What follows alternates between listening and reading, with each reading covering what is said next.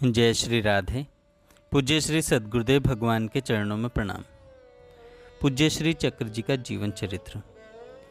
एक बार श्री चक्र जी ग्रीष्म काल में कुल्लू मनाली गए थे। उस समय यह परिवार भी 1 महीने को पहुंच गया। श्री चक्र जी तो एक बगीचे में बने 2 फ्लैट में से एक खाली फ्लैट में एक कमरा किराए पर लेकर रहे। दूसरे फ्लैट में एक डॉक्टर सपरिवार रहते। उसी में सपरिवार सुरेंद्र प्रसाद जी भी रहे। शाम को 4 बजे 1 घंटे के लिए दोनों ही परिवार सत्संग के लिए चक्र जी के समीप आ जाते। श्री चक्र जी एक दिन पूछ बैठे, जब आप अकेले होते हो, आप चिंतन क्या करते हो? यही कसौटी है जो बतलाती है कि आपके चित्त का वास्तविक स्वरूप क्या है, आपका आकर्षण किधर है। जैसे लोभी की चर्चा और चिंतन का केंद्र धन होता है, उसी प्रकार राम और श्याम प्रिय लगने चाहिए, अर्थात मन का मुख्यालय भगवान होने चाहिए। इन्हीं दिनों श्री चक्र जी संध्या को 5 बजे अकेले घूमने एकांत में निकल जाते थे। एक बार नैसर्गिक प्राकृतिक सौंदर्य निहारते हुए एक शिलाखंड पर बैठ गए। चिंतन चलने लगा, मेरे बाबा की क्रीड़ा स्थली यही है ना? सहसा नेत्र आकाश पर उठे और देखा, गंगाधर शशांक शेखर त्रिलोचन प्रकट हो गए हैं।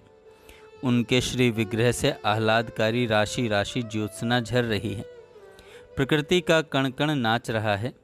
उस कल्याण धारा में वामांक में वात्सल्यमयी जगज्जननी अम्बा अपने इस शिशु को अन्न व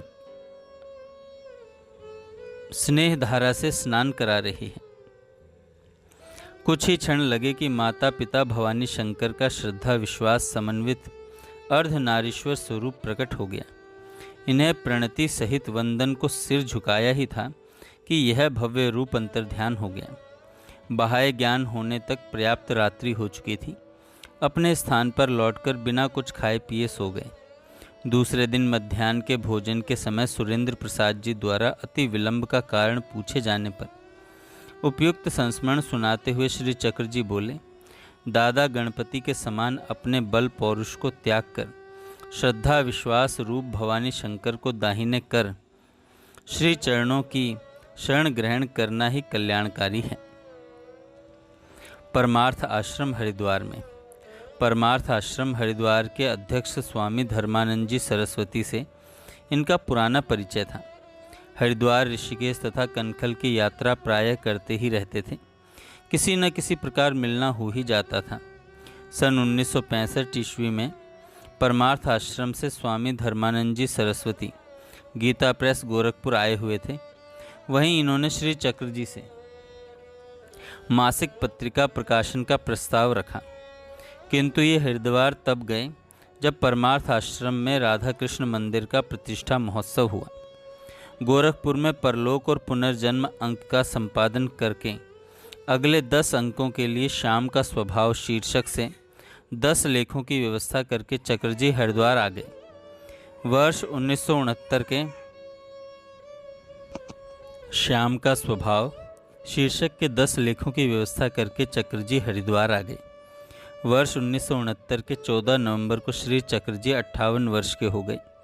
अतः इन्होंने लेखों और पत्रिकाओं से पारिश्रमिक लेना बंद कर दिया। संपादन तो फिर भी करते रहे। वर्ष 1972 के अंत में इन्होंने संपादन कार्य बंद कर दिया। मनुष्य अपनी शक्ति के अनुसार ही सेवा करता है और मैंने यह सेवा अपनी सीमा में ईमानदारी से की है। सभी की शक्ति क्षीण होती है, सभी के कार्य निवृत्त होने का अवसर आता है। स्वेच्छा से यह अवसर मैंने चुना है। श्री चक्र जी का बाल्यकाल से ही विरक्त जीवन बिताने का क्रम बना हुआ था। उनके मन में कई बार तीव्र इच्छा हुई कि इस दुनियादारी के परिवेश को त्याग कर एकांत जीवन किसी पर्वतीय गुफाओं में बिताते हुए परमात्म तत्व का चिंतन करें, किंतु अब तक यह अवसर नहीं मिला था। विवेक रश्मि और मानस मणि पत्रिका के संपादन कार्य से मुक्त इसी उद्देश्य से हुए। हरिद्वार में रहते हुए अपने एकांत प्रिय स्वभाव के कारण किसी से मिलना जुलना पसंद नहीं करते।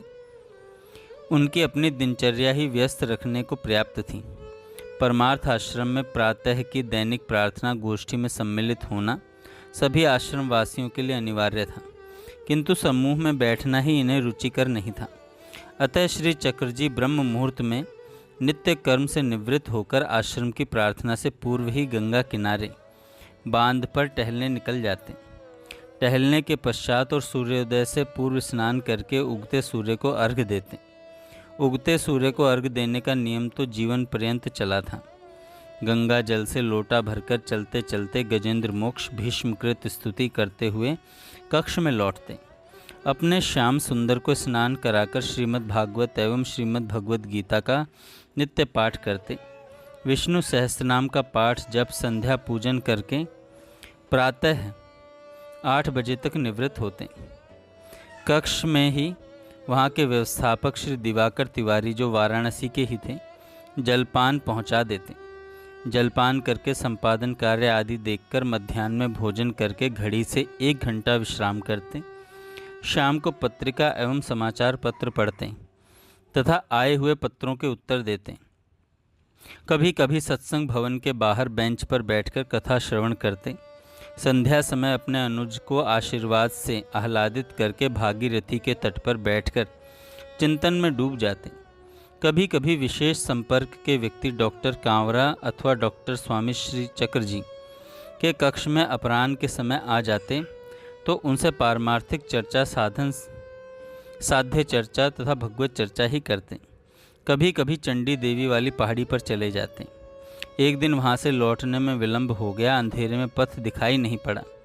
अतः मंदिर में वहीं जगदम्बा से कहने लगे, जगदम्बे ग्रह काल कर्म की ऐसी तैसी, सिंह वाहनी भीति तुम्हारे शिशु को कैसी, गोद तुम्हारी स्वत्व कहाँ तब आना जाना, माँ तुमको कह दिया रहा फिर भी कुछ पाना।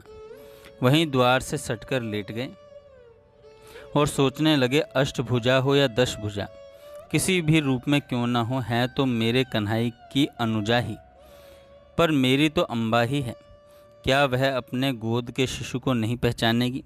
सुना है यहाँ रात्रि को शेर आता है। वह अपने वाहन के आहार के रूप में मुझे स्वीकार करे तब भी ठीक है, जैसी उसकी इच्छा हो। निश्चिंत होकर सो गए। प्रातः उठकर चलने लगे तो गीली मिट्टी में शेर के पंजों के निशान स्पष्ट दिखाई दिए। उन्हें तो अपनी अष्टभुजा की करुणा और कृपा सदा ही प्राप्त होती रही थी। उन्हें जब कभी भी उनकी स्मृति आती तो वे सदा प्रसन्न वंदना, अष्टभुजा वरद हस्ता स्नेहमयी दृष्टि से निहारती, आकाश मंडल में प्रत्यक्ष दर्शन देती। मेरे पिता हिम्मत सिंह जी को श्री कृष्ण जन्मभूमि पर उन्होंने बातचीत के बीच में यह संस्मरण सुनाया था। जय श्री राधे।